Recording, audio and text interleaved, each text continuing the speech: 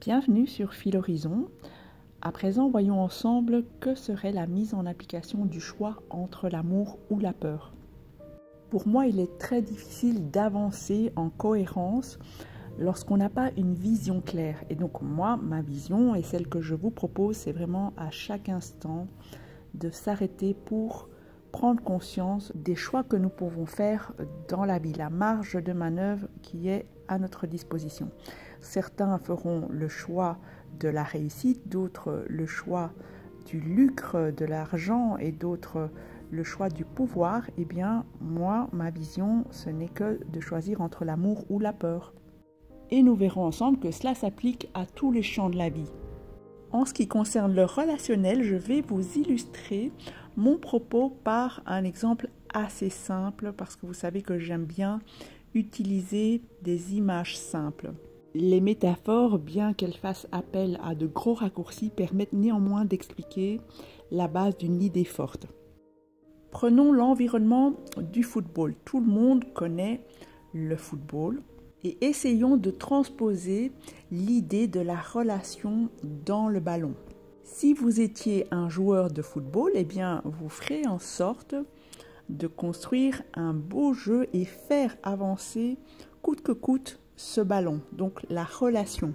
Vous avez le choix de la coopération, donc construire un jeu d'équipe ou de le jouer solo. Et bien des études ont démontré que c'est bien sûr la coopération qui fonctionnait le mieux en termes de survie du groupe.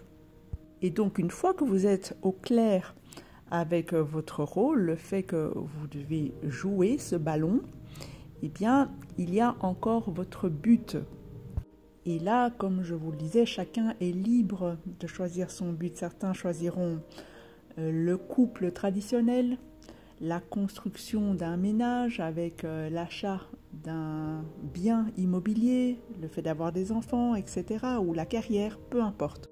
Ici, le propos n'est pas de savoir qui a un meilleur but qu'un autre, qui est plus évolué qu'un autre. C'est plutôt sur le plan relationnel que j'aimerais vous transmettre un outil.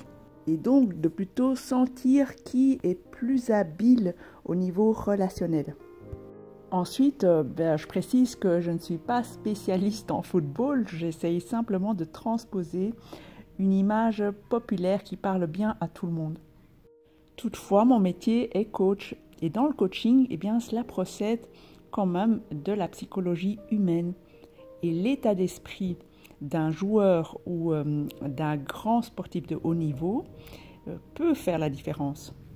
Maintenant que le décor est planté, imaginons qu'un joueur de l'équipe adverse me bouscule.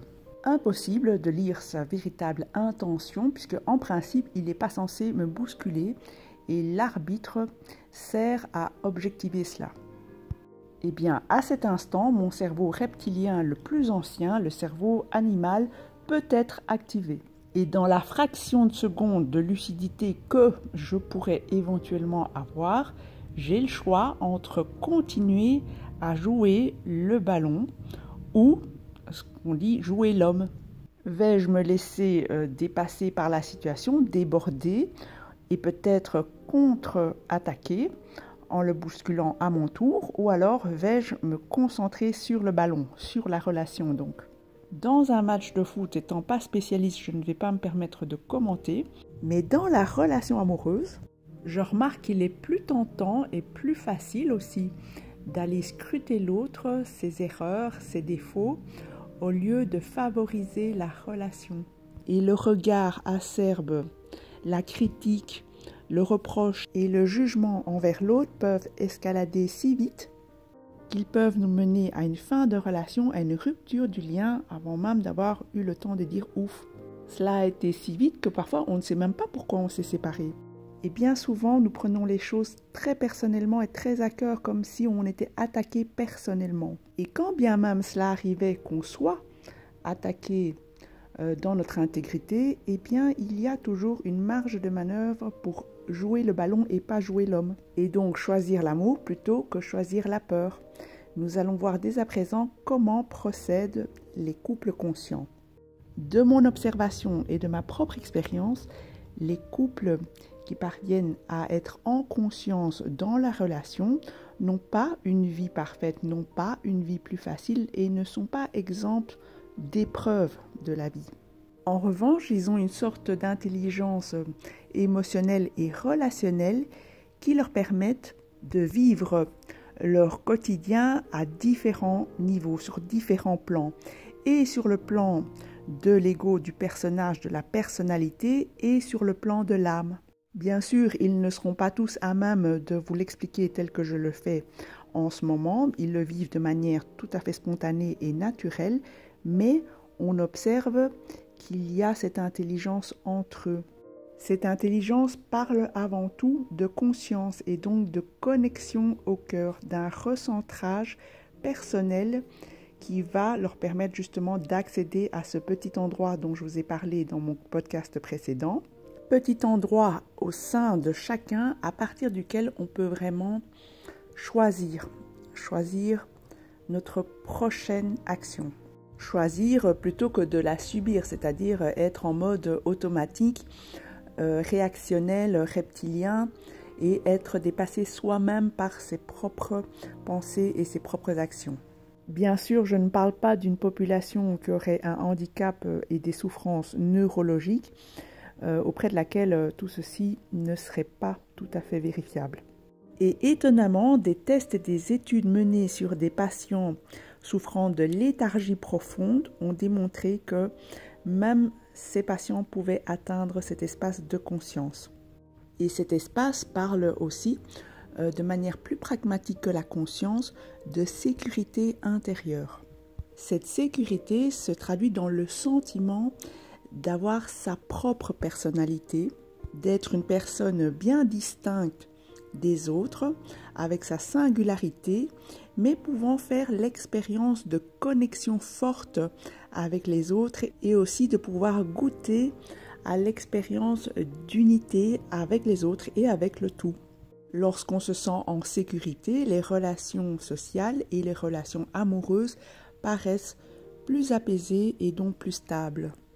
On est à l'écoute de ses propres besoins tout en étant ouvert et sensible à ceux des autres. Et donc, entendons-nous bien, choisir l'amour ne signifie pas de se sacrifier pour autrui. Il ne s'agit pas de s'effacer ou d'aller faire preuve d'empathie dans une situation qui nous serait inconfortable, voire intolérable.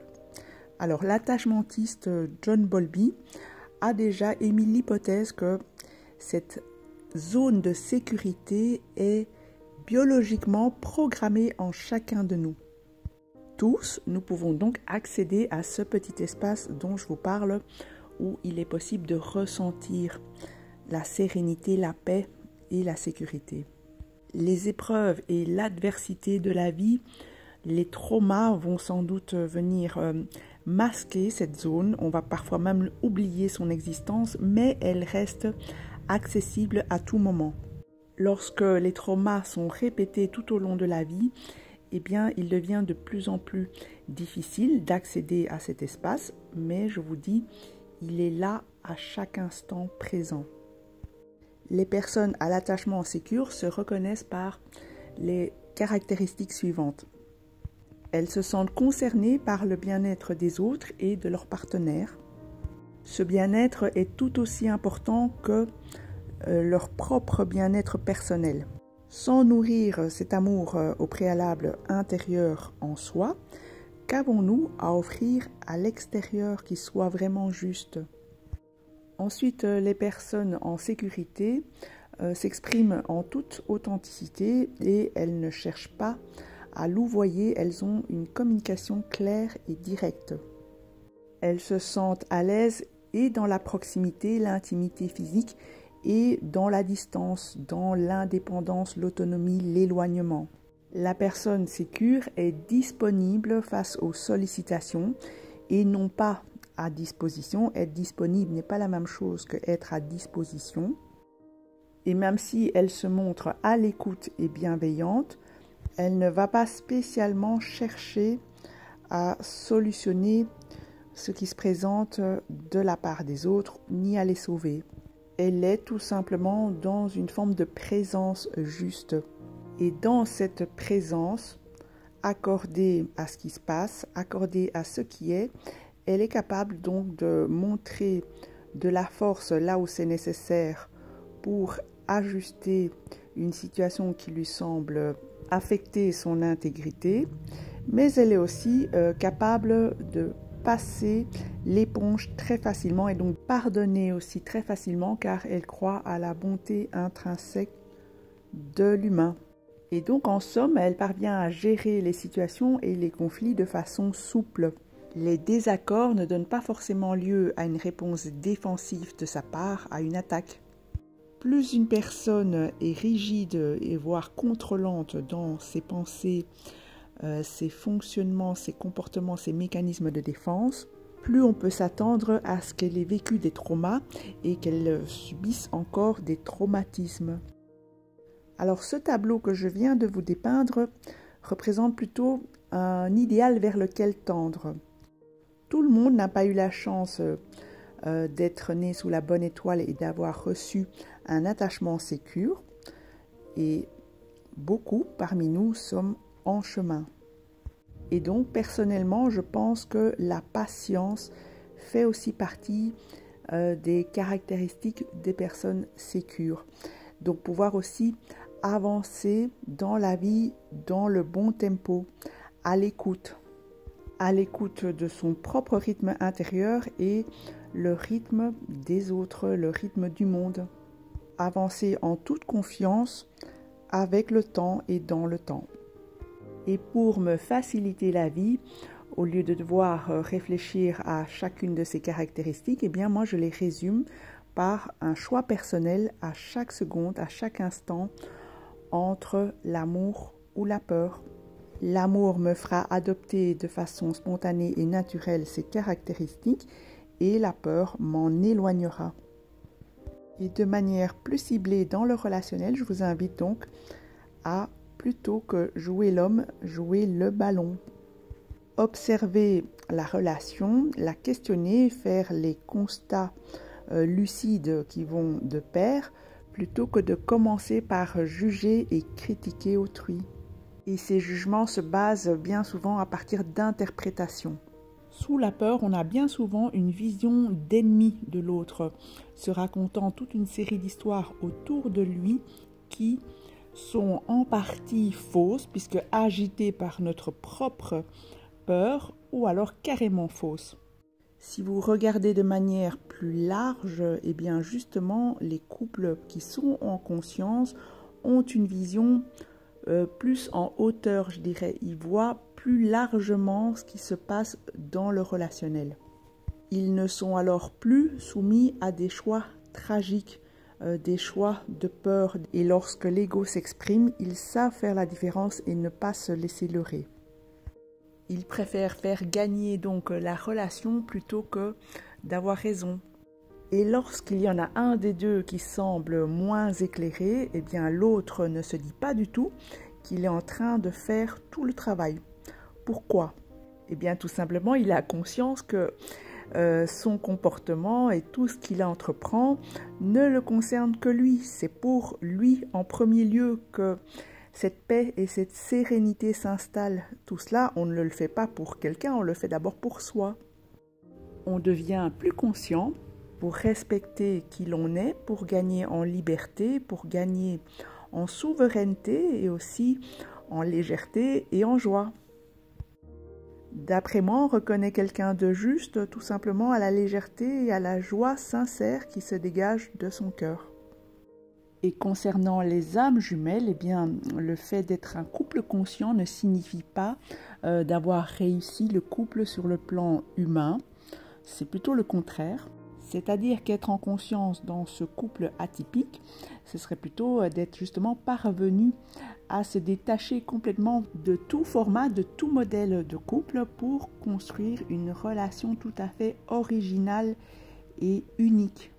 Si les âmes sont en parfaite harmonie, ce n'est pas forcément le cas sur le plan humain et on constate bien souvent que c'est le contraire, c'est plutôt la croix et la bannière pour instaurer, pour trouver un peu d'équilibre et d'harmonie dans ce type de couple. Pour autant, cela sera possible en cessant de fuir son incarnation. Beaucoup de personnes ne se rendent pas compte, mais elles ont tout simplement peur du relationnel et elles préfèrent s'enfoncer dans le fantasme de l'âme jumelle.